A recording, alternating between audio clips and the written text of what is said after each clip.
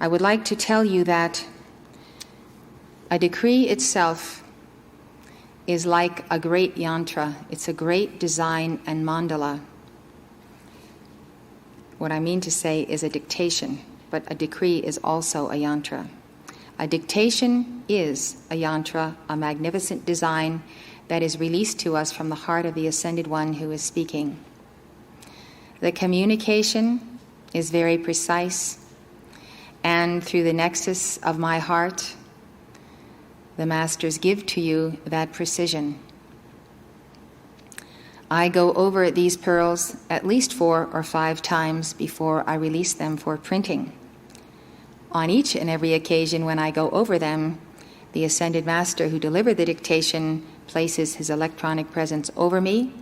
Sometimes, in the very love of his being, he enters the place which I have prepared where I edit pearls and gives to me exactly the way he wants it, including paragraphing, punctuation, italics, and especially the insertion of the bracketed material, which makes super clear exactly what that sentence means.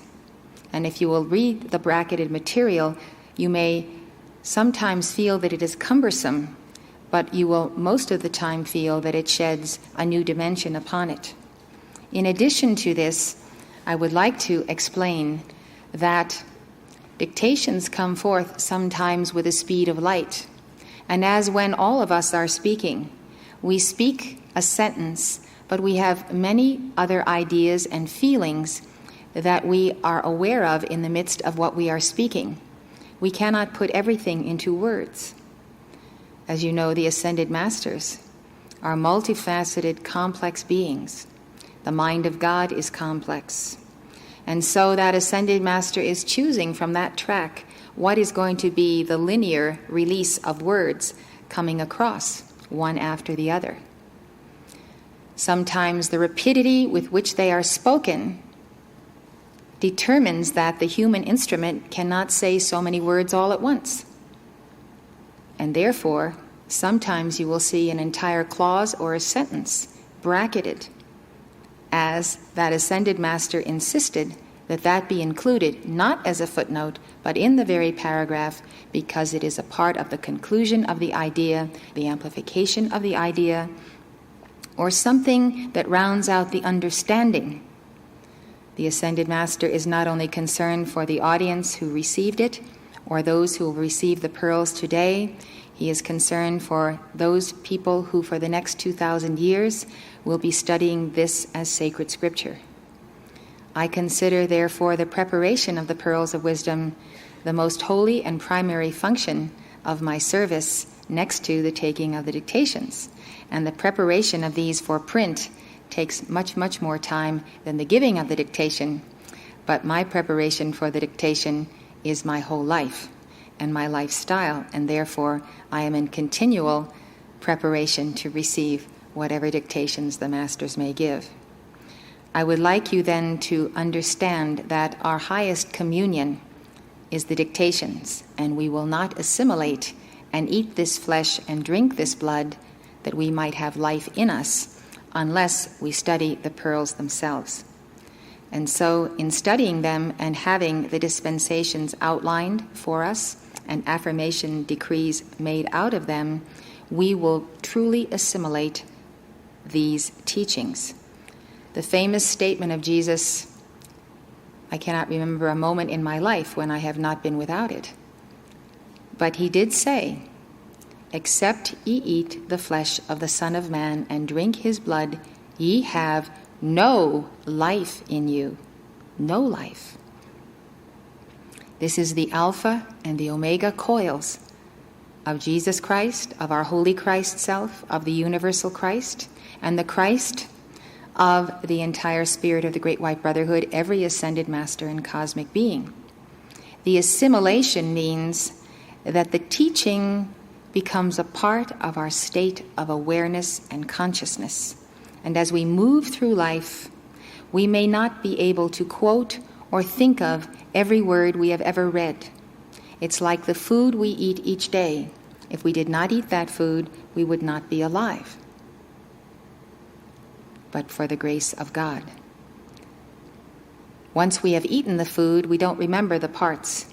We don't remember what we ate last week, but we are made up of what we eat. So assimilation is becoming. To assimilate one's food has become oneself has become one's food. This is true of this word. When the light of illumination and of the Holy Spirit comes upon you, and you feel it fill all of your temple, it charges the nucleus of every physical cell, of every cell of the 4 lower bodies. You are putting on the body of Christ, the blood of Christ, and you are in the process of embodying the Lord's word and the Lord's work. You are in the process of being the incarnate word, of embodying your holy Christ self. If this assimilation process does not take place, you do not have a Christ consciousness, and you will not have a Christ consciousness. And the topic of who does and does not have a Christ consciousness in this community, I will take up with you in my sermon tomorrow morning. I'm asking you to be here at 10:30 for the rituals and decrees, and I will be speaking at 12. I bring these things to your attention for the very love of El Moria, because my understanding is profound of what is wanting and lacking in us, individual by individual.